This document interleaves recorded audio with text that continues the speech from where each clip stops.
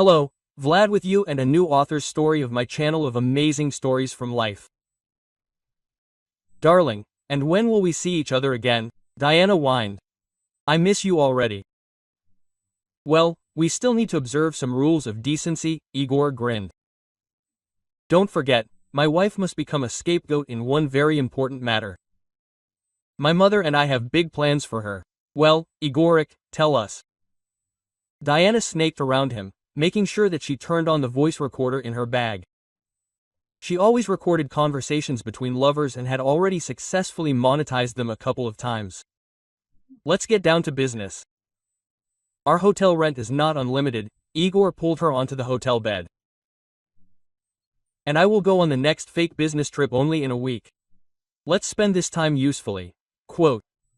You're so romantic, Diana said disappointedly. Okay, maybe you'll give me some money? I don't have any pocket money left. And I saw a great set, earrings and a ring, at the jewelry store. Let's do it in a week. I'm at Millie myself now. I need to beg my mother for money. Igor pulled her towards him.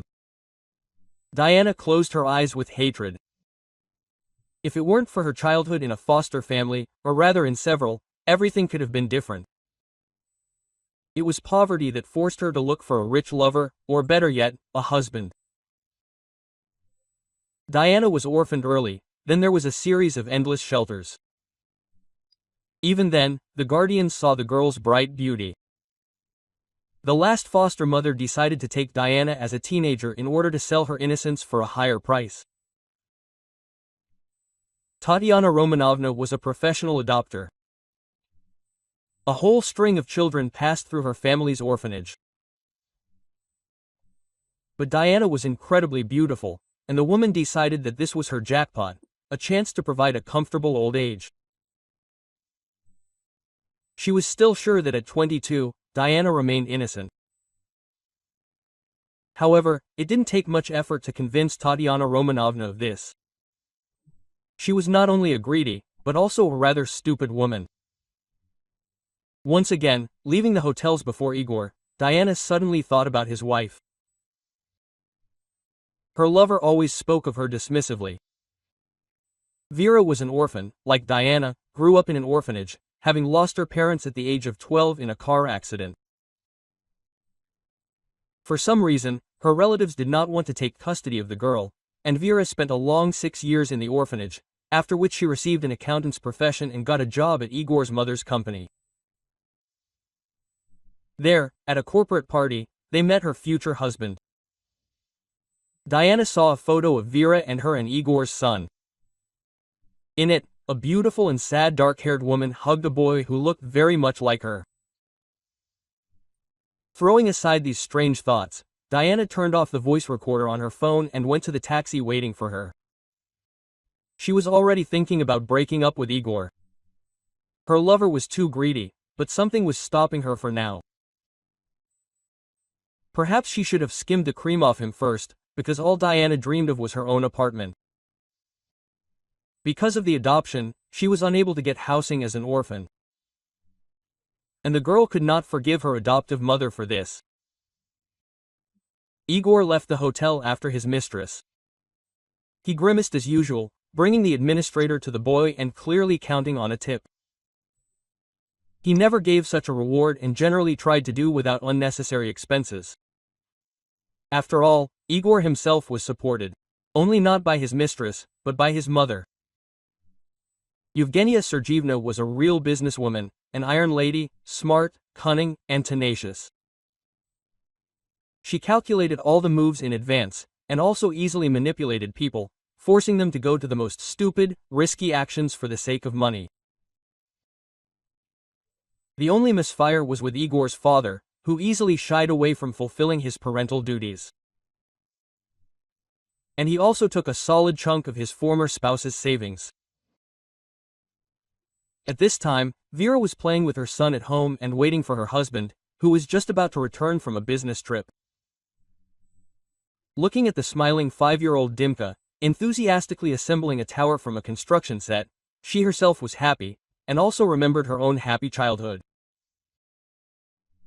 Vera is our future mathematician, Dad said proudly. Or maybe a financier. In any case, she's got a knack for numbers. Mitya, Mom smiled. What are you making up? Let her become whoever she wants. My daughter also shows a talent for languages. Her parents never argued, they adored each other and their only daughter. Their marriage was a misalliance. A professor's son married the daughter of a servant who worked in the house. The couple was immediately expelled from the rich house, but they did not lose heart. Mom worked as a nanny, Dad taught students mathematics, and then died on the same day, returning with friends from their dacha. Vera was left at home. She did not like noisy company. The young woman still remembered that day in detail, how she screamed, cried, and then lay in the hospital with a nervous breakdown. Her maternal grandmother died of a heart attack after such news, but Vera was told about this much later. She did not see the funeral of her relatives. But she knew that her paternal grandparents simply abandoned her. In fact, they left for another country after learning of their son's death. Now, at 27, Vera remembered the orphanage with gratitude. She had come across understanding teachers and caregivers. They sincerely sympathized with the girl's grief, did not pressure her and generally avoided talking about adoption.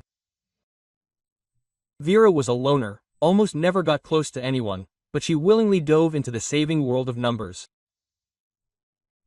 And there, in the orphanage, she had a friend Makar, a guy a year older than her, whom his grandmother had given to the shelter after his parents died.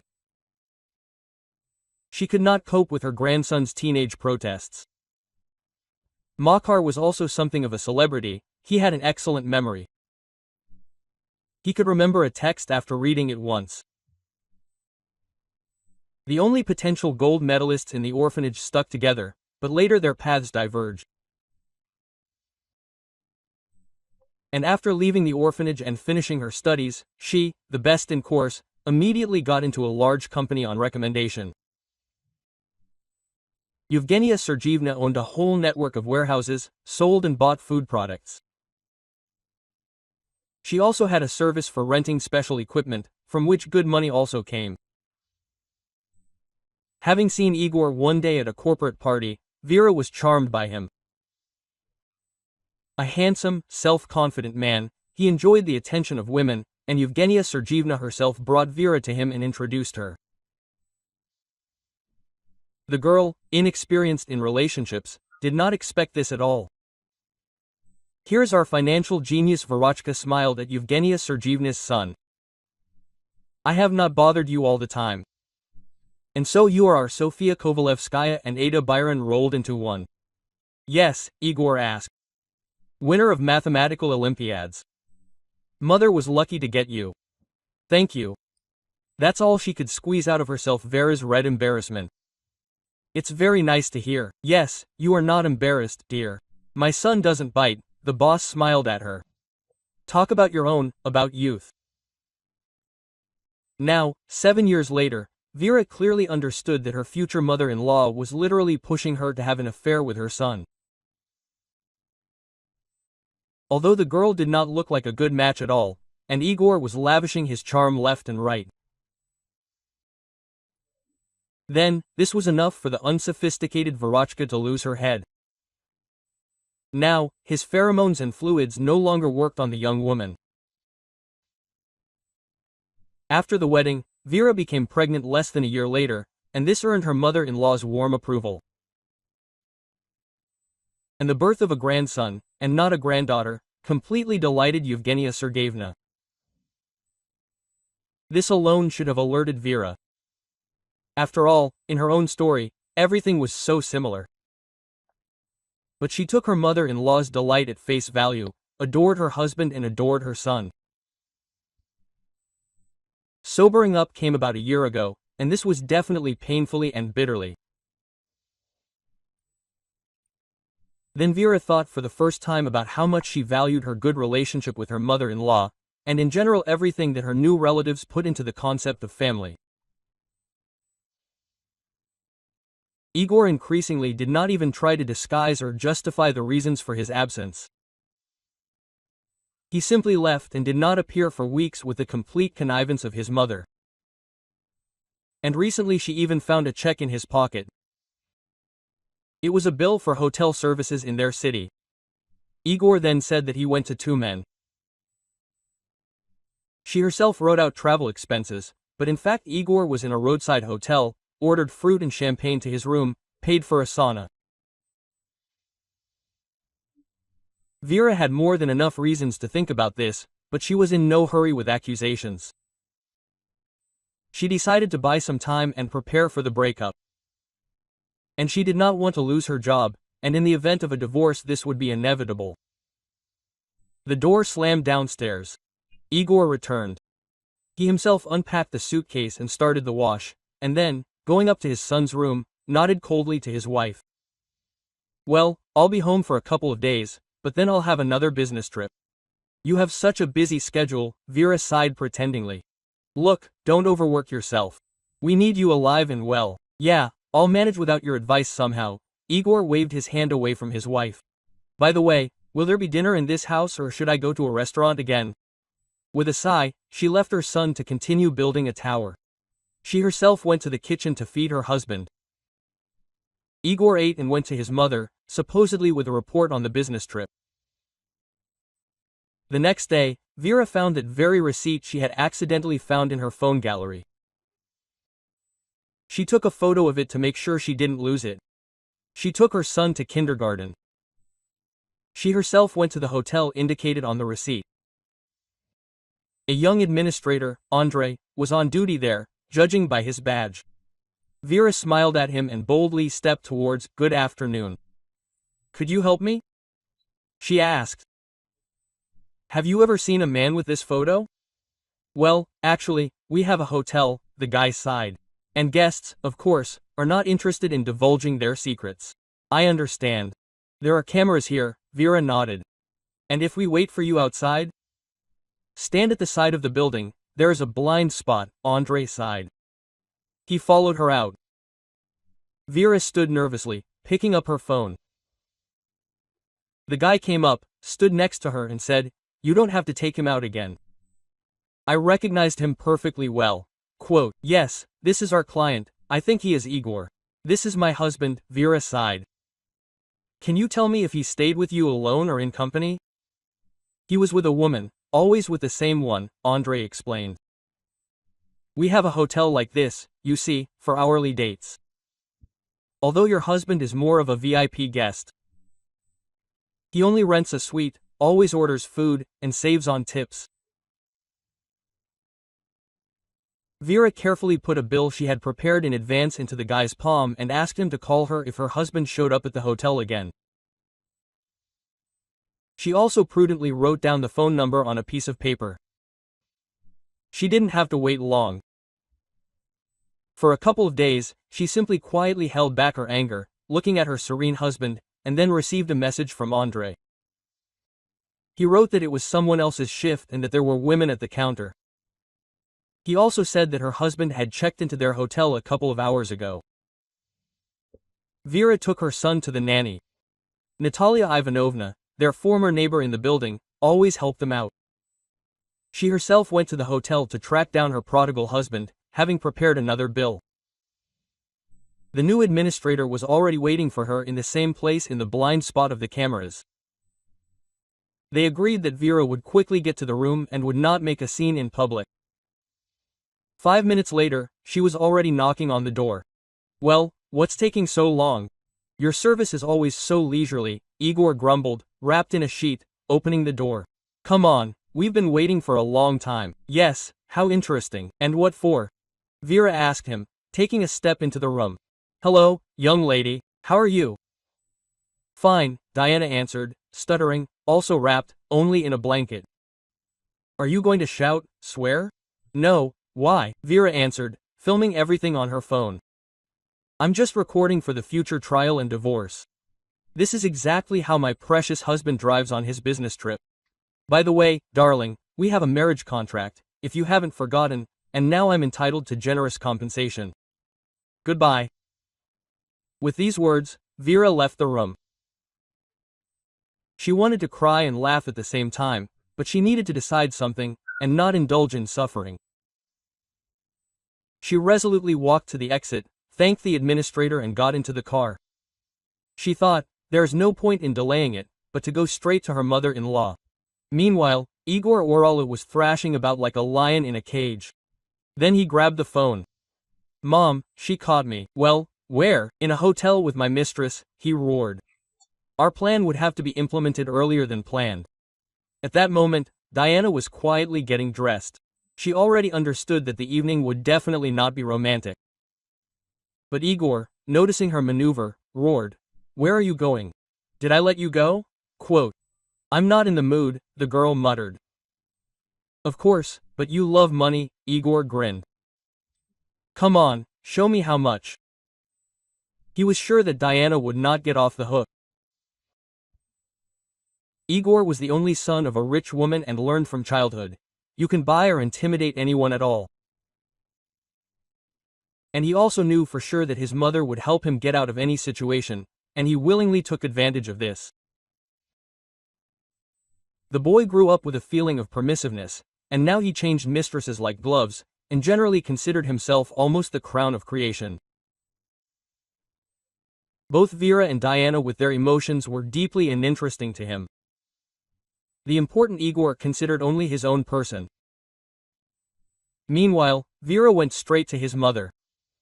Yevgenia Sergeevna was surprised by her daughter-in-law's visit, but did not show it. She only smiled and asked, "Have you missed me so much? We saw each other at work today." "No, I came to tell you that Igor violated the terms of our marriage contract. I'm filing for divorce." "That's how it is," the mother-in-law raised one eyebrow. "Well, then I have news too. Now I'm calling the police and accusing you of stealing my money on an especially large scale. I have all the evidence, and, of course, I will seek to have the criminal arrested before the trial." Quote, "What are you talking about?" Vera asked. "I didn't take any money." "And you'll prove this in court," Yevgenia Sergeevna laughed in her face. "If, of course, you can." Quote, "On paper, it all looks as if you were the one withdrawing funds to fictitious accounts.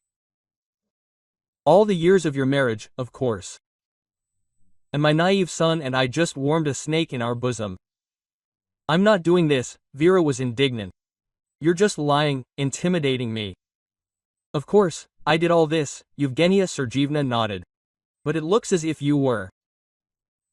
The last cash tranche in your name will be a particularly impressive cherry on the cake. There were tax deductions, but now they are gone. And the respected businesswoman cannot pay anything." "I understand," Vera grabbed her head. "Of course, you didn't come up with this scheme yesterday, and all these years I was wondering why the owner of such a large business insisted on marrying me, who is practically a ragamuffin by your standards, without a son. But now everything is clear. From the very beginning, I was the scapegoat on whom they could hang everything, that's all." Of course, the mother-in-law chuckled. "Well, and as a bonus, you have a great son. I'll take my grandson and raise him the way I think is right. His mother will be in prison. Why does a child need such family ties?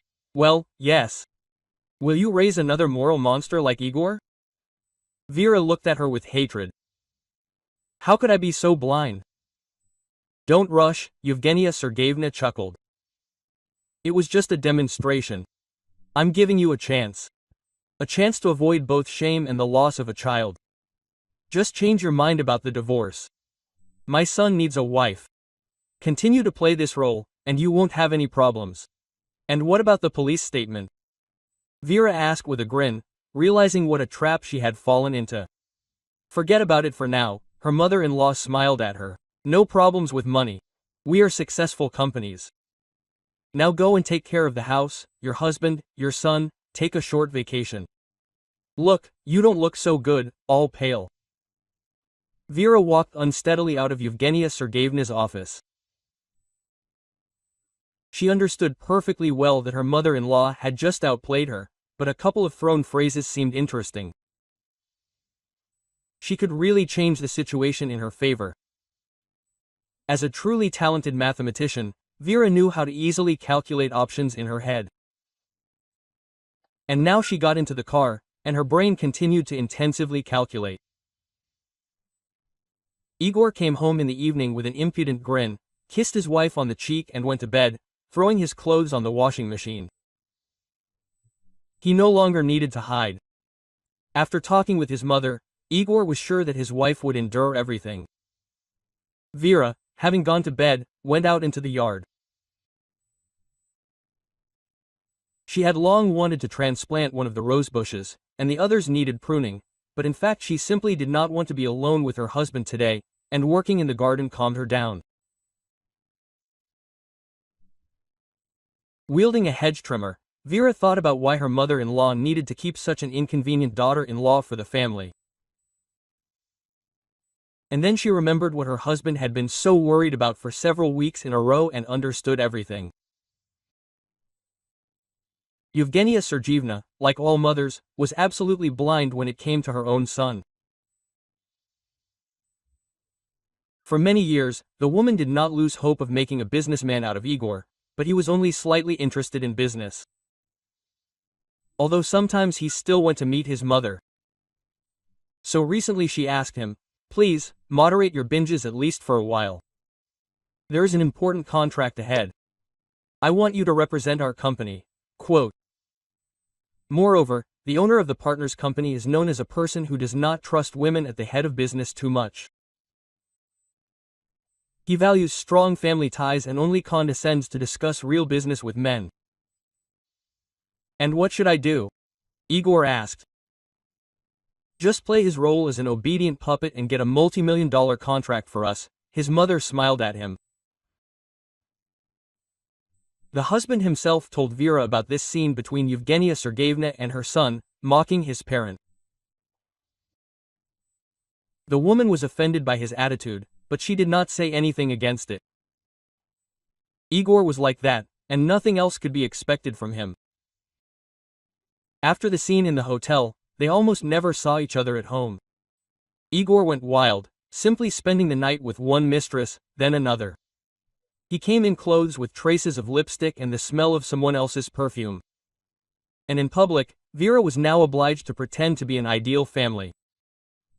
And she did this, fearing to lose her son. Dima was her main pride and happiness. For his sake, Vera could endure any humiliation. A week later, her mother-in-law reminded her, "In the evening we have a reception for investors and partners. Don't forget to take care of a nanny for the child during this time, but try to look decent yourself." Quote. "I don't know, go to the hairdresser, buy a new dress. I have one." Vera waved her hand. "Silver steel. I bought it for the new year, but haven't worn it yet." "Good. In any case, you're free today and think of an outfit for Igor. He should look as respectable as possible, but not too pretentious," grumbled the mother-in-law. "This is not a meeting without ties, otherwise he'll show up again to disgrace me in a t-shirt and jeans, and that's not the level to look like a gopnik." "I understand," Vera nodded. "I'll do everything." "Well done." Yevgenia Sergeyevna patted her daughter-in-law on the cheek. "Come on, dear, go. I'll send a car for you in the evening." But getting ready for this impromptu ball turned out to be not so easy. Igor showed up at the last moment. He completely forgot about the meeting and, naturally, took it out on his wife. "You set me up on purpose, didn't you?" Aralin, pulling on a shirt carefully ironed by his wife. "Mother calls and screams, and I'm at the hotel with my mistress. Couldn't you remind me that the event is today?" "Well, you don't get confused with your mistresses." Vera grinned. "And you suddenly forget such important things. Train your memory, otherwise how are you going to manage the business later? It's none of your business. Give me your suit and get ready already. The car is waiting. The child is coming with us." "No," Vera shook her head. "Dima doesn't belong there. And I already thought that his mother would demonstrate family values in full." Igor laughed. "Okay, it's all Larika's fault. Go out, I need to call." Vera obediently went to wait for her husband downstairs. In general, she decided to behave as non-confrontational as possible for now, although the situation most resembled a fox falling into a trap. The only salvation would be to bite off her own paw and run for her life. But Vera, in addition to herself, also had her son in the trap. and in this case, she would not have been able to escape from herself, except perhaps to other worlds. But Vera could not even think about such a thing, even in the darkest times. She went to the party without much joy. She would have preferred to spend this evening with the child, especially since he was being capricious. Natalia Ivanovna had already written to her and asked her to pick up the boy early. Meanwhile, Igor was filled with self-satisfaction. For the first time, he played such an important role in his mother's plans, and now he was thinking about what benefit he could get from it. The main guest of the event turned out to be an unremarkable French gentleman. His name was Fernando. Igor and his new partner got along pretty quickly. They were actively pouring alcohol and had already moved on to greasy jokes about the women around them. Vera quickly became disgusted. She stepped aside. More than anything in the world, she wanted to leave right then and there, but she had to stay and endure all this. Suddenly, a man accompanying the Frenchman approached her. She knew his name was Francois. He spoke Russian with almost no accent, with a barely perceptible irregularity in his intonation. Quote, "Are you sad about something?" Francois asked her. "You know, my grandmother believes that when you are sad, you just need to smile at your reflection, and everything will pass." Yes, she is very wise, and Vera nodded politely. "I am fine." When a husband gets drunk and behaves like a pig, and the wife looks at it with detachment, you can hardly say exactly that, Francois answered her calmly. "I don't understand. Are you a security guard or a psychologist?" Vera smiled. "A little bit of both," the interlocutor laughed. "Tell me, I think this is called the fellow traveler effect, when you unburden your soul to the first person you meet." Quote, "Where did you learn to speak Russian so well?" she asked. "Your speech is surprisingly clear." "I am the grandson and son of Russian emigrants with dual citizenship," Francois smiled. "They still speak my native language at home, and I have two of them. My father is a pure Frenchman, although not an aristocrat. Just the son of a butcher who runs his shop in Paris." "And how did you end up as a security guard?" Vera continued asking. "Weren't you supposed to inherit your father's business?" "That's what the eldest son is for," the man smiled. "And I am freer in my actions. After all, I am not the main heir." "Yes, so tell me, why are you so sad?" "Well, it's hard to explain."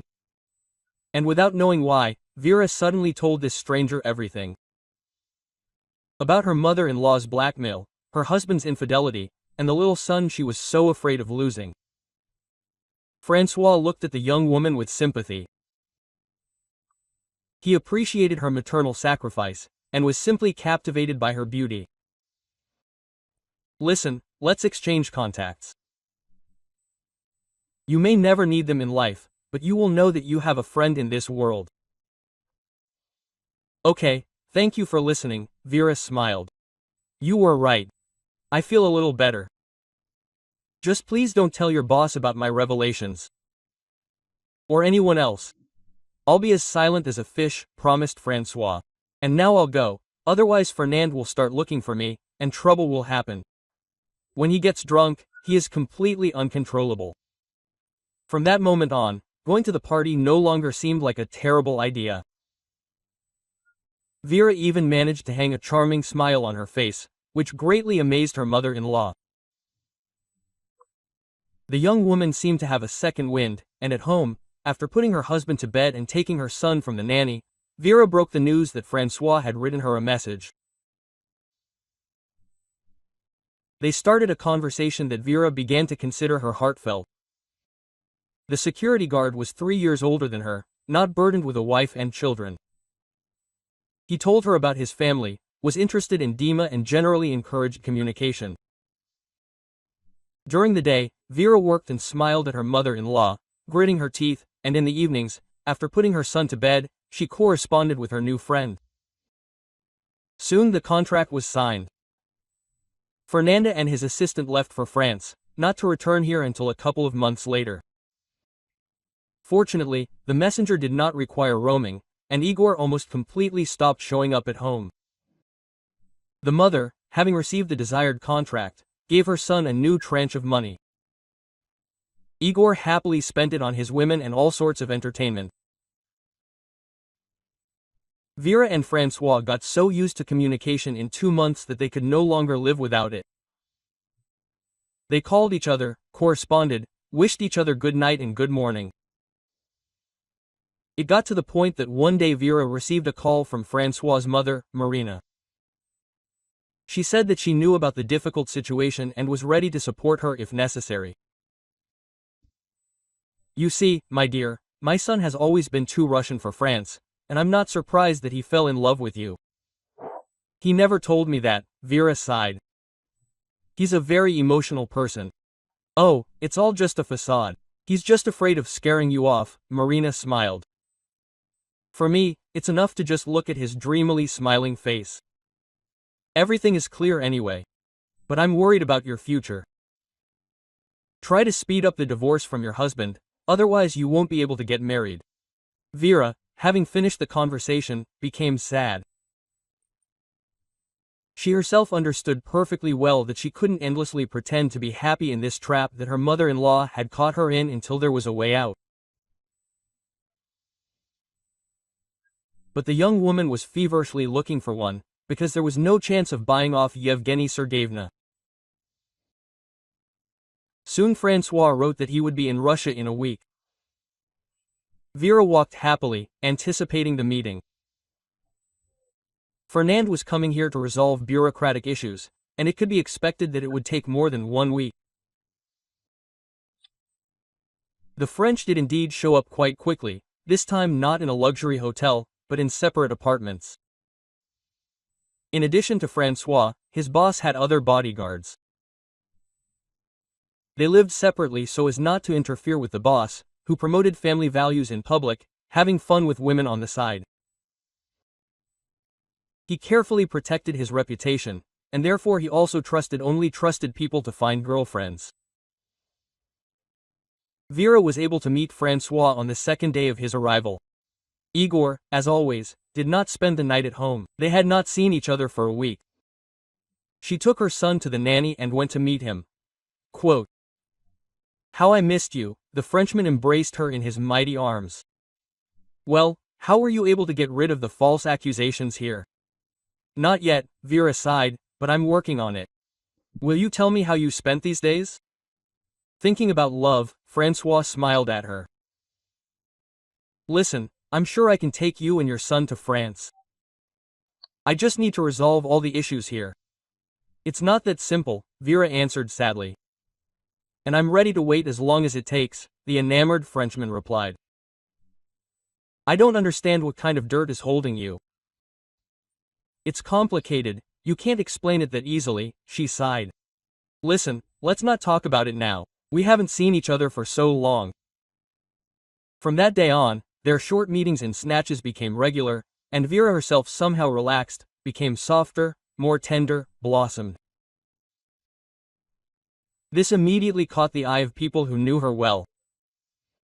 Her mother-in-law didn't miss the changes either. She suspected something was wrong and sent the head of security, Yuri, to keep an eye on his daughter-in-law. Soon he presented the mistress with a full report. Quote, "Nothing. There's no one to incriminate you," Yuri explained. "They walk, talk, look at each other lovingly, but there are no accusations. You can't pin that on. It's a pity. We could use some additional leverage over our daughter-in-law," Yevgenia Sergeyevna sighed. "Maybe you can arrange it somehow?" "But it's not worth it," Yuri chuckled. "You already have enough dirt on her. And the guy, I'm sure, will back out as soon as he faces the prospect of losing his job. Hint to your partner that the security guard needs to be fired, and believe me, your daughter-in-law will immediately no longer need this guy either." They're having a romantic moment now, but then the harsh everyday life will set in. "Yes, Yura, you're good," Yevgenia Sergeyevna hugged him. The head of security was her longtime lover. "That's what I'll do." The mother-in-law decided to act through Igor. Fernand wouldn't even listen to her, and he treated Igor with complete respect and even thought that Yevgenia Sergeyevna's son was the real owner of the business. Dissuade him of this, no one was in a hurry. And then his friend Igor asked Fernand for a small favor. Fire that security guard of yours, the big-nosed one. What's wrong? Quote. The businessman asked. He's not respectful enough. I don't like the way that guy looks at my wife, Igor said. And anyway, he's way too interested in her. Anyway, I don't want to see him around anymore. Okay, although it's a pity. Francois is a great security guard with recommendations. It was a great luck for me that he didn't need a visa. Fernand gave the appropriate order, and he and Igor went to another restaurant to celebrate. The Frenchman was caught up in the hopeless joy of his new partner, and Igor knew how to party hard and knew the city's hottest spots well. But the mother-in-law didn't calm down at this small place. She called Vera and said, "It's cold. Starting tomorrow, Dima is leaving to study at a private boarding school. He should be given a decent upbringing. But the boys are only 5. He has never lived without me." Vera was indignant. "I am against this, Yevgenia Sergeyevna. It's too late. The boarding house is paid for." Igor signed his consent, and he is the same parent as you. Or do you want the child to witness a possible arrest and disgrace to his mother? Did you watch how you conduct the lowerings? You are taken away in handcuffs. Yes. No. The daughter-in-law squeezed out with difficulty. Well, I understand, you just found another lever of pressure on me. Just remember, please, that a rat driven into a corner is capable of a lot. Well, yes, Yevgenia Sergeyevna grinned. But you are not one. When will I be able to see my son? Vera asked. Once a week on Sundays he can be taken for a walk for 3 hours, the mother-in-law grinned. But you will have more time for a date with the Frenchman. Vera hung up and felt deceived. She was sure that she hid her feelings well, but there were no blind spots for her mother-in-law. She preferred to be a puppeteer in any game, not a marionette. Unable to resist this woman's despotism, Vera went to pack her son's suitcase. Mom, what happened? Dima asked. We are going somewhere. You will live for a while in a special camp where there are other children, Vera explained to him. Are you sending me to an orphanage? Her son sobbed. Mommy, no need. Son, this is a boarding house. It is temporary. I will definitely find a way to get you back, Vera promised, bursting into tears along with her son. Is it all Grandma? Yes, Dima asked. She doesn't love me at all. Don't worry, baby. Let this be our secret mission, Vera smiled at him through her tears. Everything will be fine. The next day she took Dim to the boarding school and learned another stunning piece of news about Francois' dismissal. It sounded so wild that Vera preferred to spit on the conspiracy she usually observed. They met at their usual place in the park near her old apartment. Francois confidently declared, I'm not going anywhere. I'll stay here and wait for you. Quote. Why? It was my fault that you lost your job, Vera sighed. Believe me, Yevgenia Sergeyevna is capable of a lot. Do you think I haven't seen much in my life? Franco asked. In principle, I already have some ideas even from work. In order not to be an eyesore, I'll work as a night watchman and a loader in my second cousin's warehouse here in Russia. Francois, I have an apartment, I'll give you the keys. Don't look for another place to live, Vera suggested. True, the interior there is very old, preserved from the time when my parents died and my grandmother passed away. I can't bring myself to change it. Everything is fine, Francois hugged her. I'll be happy to live among things that remind me of your childhood. Vera got him settled in a new place, and they parted again. They needed to work. Well, and besides, the young mother did not give up hope of finding her own levers of pressure on Yevgenia Sergeyevna and her son. She needed a divorce, and not on the terms of her husband's mother, but on her own, which at the moment seemed completely unrealistic. Igor, while his wife felt cornered and their son was crying in the boarding house, continued to amuse Fernand. They spent time with women of dubious reputation, and contractual obligations were not fulfilled. The cunning Frenchman had long since decided that he would break the contract, but he needed grounds to collect a penalty from his partners. And now he was skillfully leading Igor to this threshold, and he did not understand anything at all. In the evening, when the Frenchman finally calmed down, Igor went to his mistress to catch his breath after his wild binges. His mother was waiting for him with a report, but he had absolutely nothing to say. He did not remember even a good half of what he himself had managed to blab to his foreign partner, and now he was afraid that the truth about it would come out. Diana looked at her lover with disgust.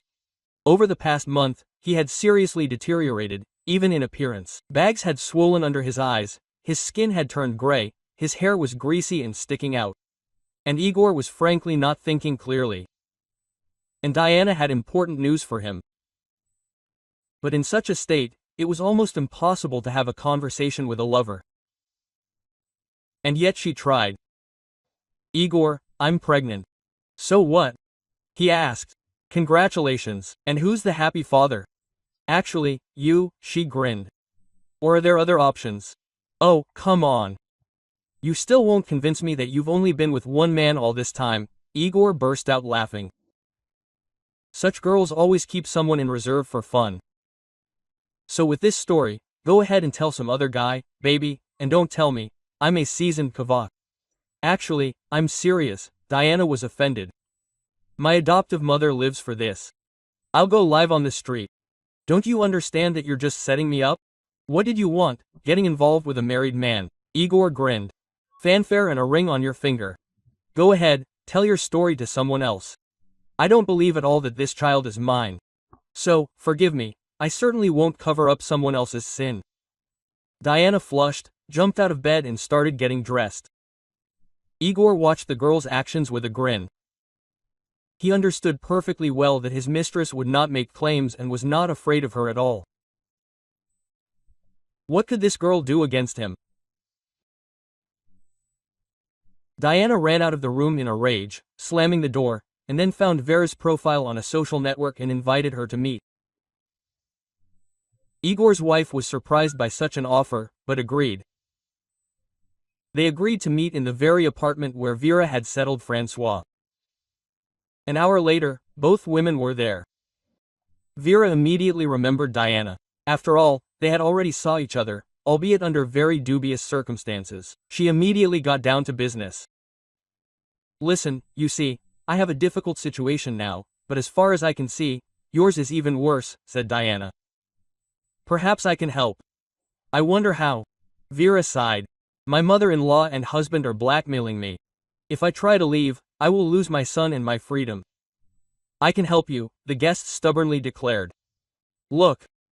Here's an audio recording where your husband talks about this plan. How he wants to set you up in detail. Of course, I can't reveal the entire scheme of their machinations, I just don't know it. But I hope that at least this will be useful." "Yeah, but in general, together with what I collected, this might be enough." Vera was delighted and impulsively hugged Diana. "Can I do something for you?" "No, I'm not sure," the mistress burst into tears. "I'm pregnant from your husband and I don't know what to do about it." "Well, don't cry, if anything, you can come here. I can help with what I can," Vera promised. They said goodbye warmly. Diana was in a hurry to leave. She wasn't feeling too well. Vera sat down at her laptop. There was no need to go home that evening. She delved into the company's financial reports and suddenly realized that she had finally found the accounts where her mother-in-law had withdrawn money, supposedly as proof of theft. They were opened in Vera's name. The woman smiled and dialed a phone number she knew well, and then cheerfully asked, "Vera Pavlovna, tell me, have you had your renovation financed yet?" "Oh, what are you saying, Verachka?" The director of the orphanage answered her sadly. Quote, "We're not the capital, we're always short of money." And several tens of millions in anonymous donations would save the business, Vera asked, already anticipating the answer. That would not just save us, Veronica Pavlovna became worried. The furniture would be updated. It's already scary to look at the younger ones' furniture. The windows would be replaced with plastic ones. But where can you find such a generous patron? Consider that you have one. Vera smiled and confirmed the transfer with one click. In the morning, Francois returned from work. Vera went about her business. First, she went to the office of the best divorce lawyer in the city. He was known for successfully completing the most hopeless cases, and also always took the side of women and disdained dirty methods. After listening to her, Alexander Pavlovich said, "I think the chances are good. I am ready to sign a cooperation agreement with you." "Thank you," Vera smiled. "There is only one problem. I do not have a lot of money now." Quote, "I will make inquiries," the lawyer smiled. "But I think we will be able to pay after the case is completed. By that time, you will be rich enough and will be able to afford a percentage of the lawyer's fees." "And if we lose?" Vera asked. "No, that won't happen." The lawyer shook his head. "Don't worry, leave this matter to me." Vera just nodded, and then went to the police to write a statement against her husband and mother-in-law. Of course, unfounded accusations alone were not enough, and so she provided an audio recording of her husband's voice in her defense. She also agreed to participate in operational activities. The investigator wanted to catch his mother-in-law red-handed, because her tax fraud was clearly on a serious scale. And only after she had covered herself from all sides, Vera went to talk to her husband. Igor was not in the best mood because of her absence from home all morning and night. From the very beginning, he was ready for a scandal, but was very surprised to hear that his wife was announcing her resignation and going to pack her things. Quote, "Where are you going to go?" He grinned. "Have you forgotten that you'll lose everything?" Quote, "It doesn't matter to me anymore," Vera answered him indifferently. "You and your mother have gone too far. I won't play by your rules anymore." Quote, Wait, but it's not all that bad," her husband tried to stop her. "We were just checking you out. You can continue to live here quite peacefully, working in your mother's company." "No, I'm sorry, I won't agree," Vera responded to all his proposals. "You'll find yourself another fool who will be more accommodating, sitting at home and running the household. Listen, we have a son. What are you planning to explain to him?" Quote, Igor asked. "And what did you want to tell him after my arrest?"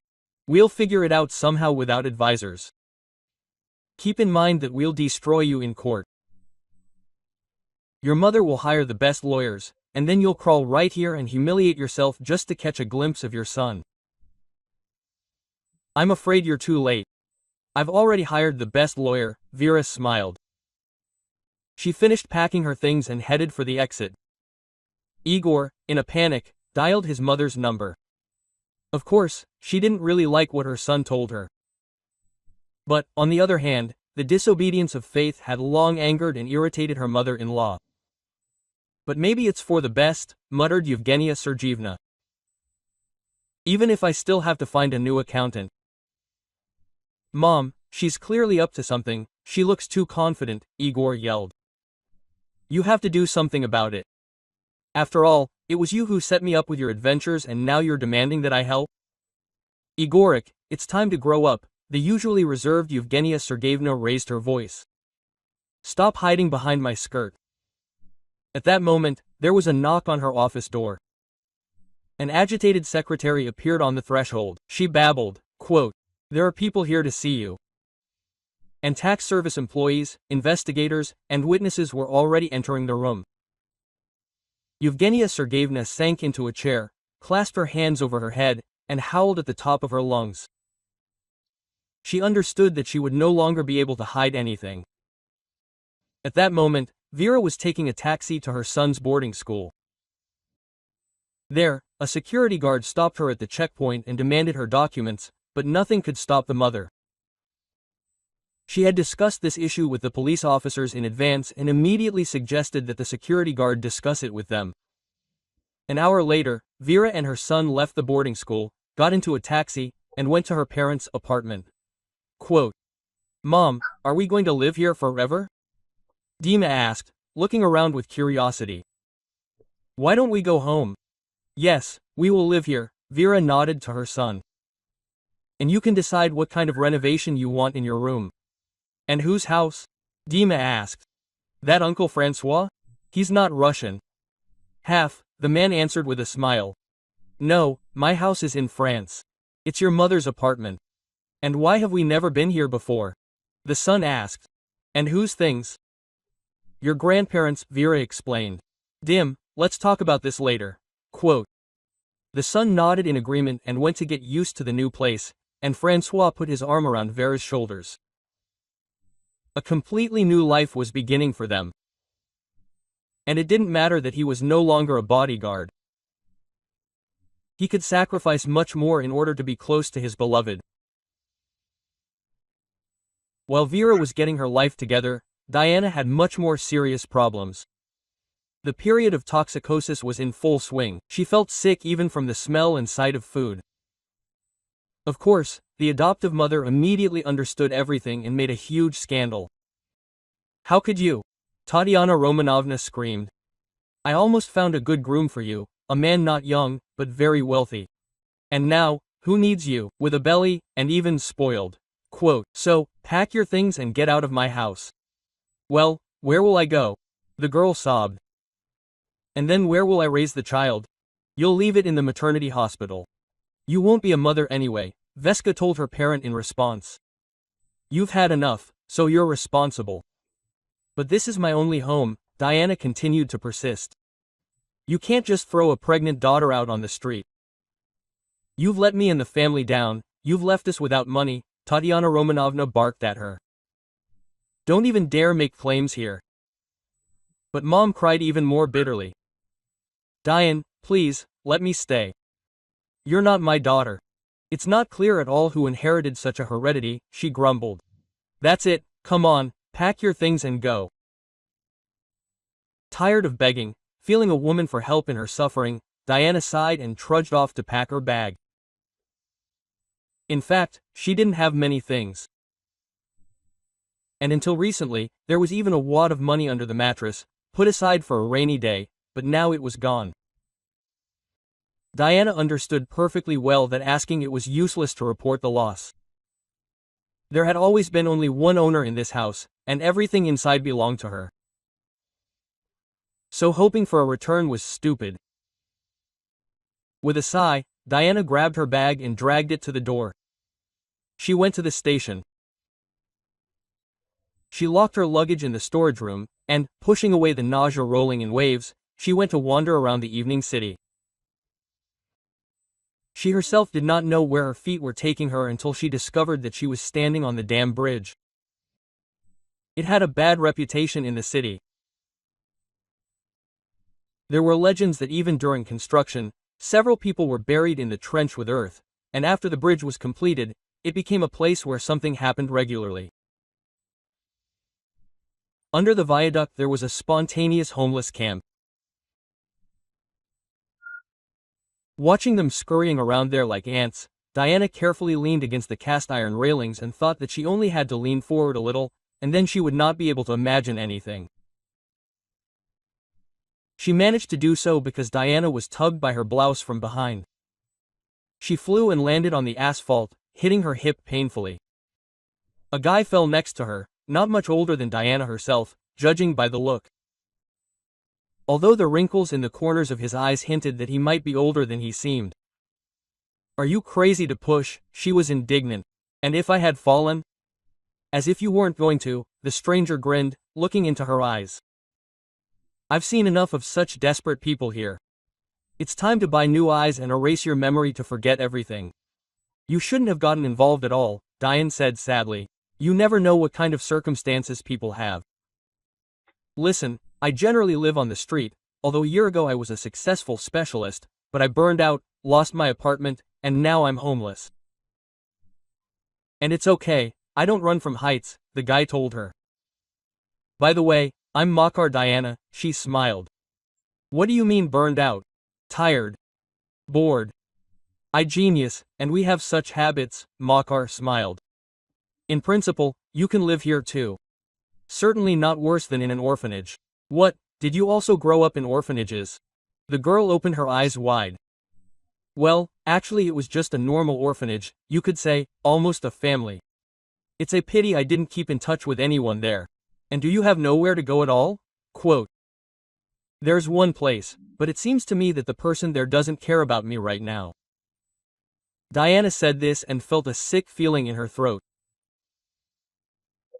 And when she came to, Makar gave her some water to drink and offered to take her to a place where she could stay. The only one that came to mind was Vera's house. She had said that she could come. And, leaning on Makar's elbow, Diana went there. When Vera opened the door, she first stared at the pale blue girl, and then suddenly said, "This is such a meeting, Makar." And smiled. Wow, I didn't have that address, the guy got excited. Listen, Diana, you definitely bring good luck. For the next hour they talked, reminisced about their grandfather's house, looked at old photographs. Having learned Diana's story, Vera refused to let her go. Makaro was sent to the station for his things. Francois moved to the kitchen on a folding bed, and the new guest was laid on the sofa where the mistress of the house slept. Makar, who returned, received an inflatable mattress and was also sent to sleep in the kitchen. And the very next evening he went to work as a loader at the warehouse with Francois. However, Vera had no time to rejoice at finding old friends. She was awaiting trial, where Diana decided to take the side of her new friend. She testified to the fact of treason. The lawyer insisted on this. And the external signs of pregnancy were already evident. In court, Igor looked finished in the face and did not arouse sympathy in anyone. And when the lawyer reminded about marriage contract, Yevgenia Sergeevna went all spotty. The fact is that she had been transferring all property to her son for 6 months already, and now the accounts and money on them, apartments and cars had to be divided with her daughter-in-law. And on top of that, the French partner had broken the contract with them the day before, setting a huge penalty. The tax office continued to check the businesswoman's accounts. After hearing the court's decision, Yevgenia Sergeevna fell right there. She had a stroke. Igor watched indifferently as his mother was carried out of the building and loaded into an ambulance. She never recovered from the stroke, and her son took custody of her and sent her straight from the hospital to a nursing home, where his mother was now completely dependent on strangers. Igor was not eager to visit his mother. Having taken possession of the property, he began to spend the money rapidly. The court left the child with faith, and the father was given a fixed amount of alimony and a meeting schedule. The property was divided in half, which the lawyer considered large luck. Vera got her share by court order and married Francois. Dima was not yet used to calling his stepfather dad, but he got along well with him. And a week later, Diana and Makar registered their marriage. The relationship of the young people developed rapidly. Vera gave Diana half of the money she received so that she could buy an apartment for herself and her child. She also advised him to sue for the game so that he would also pay alimony. But Makar was against it. He wanted to be the only father of this child. And his fiancée completely agreed with this state of affairs. If you like the story, please support me by pressing the thumbs up button. It's just one action for you, but it's very important to me. Thank you.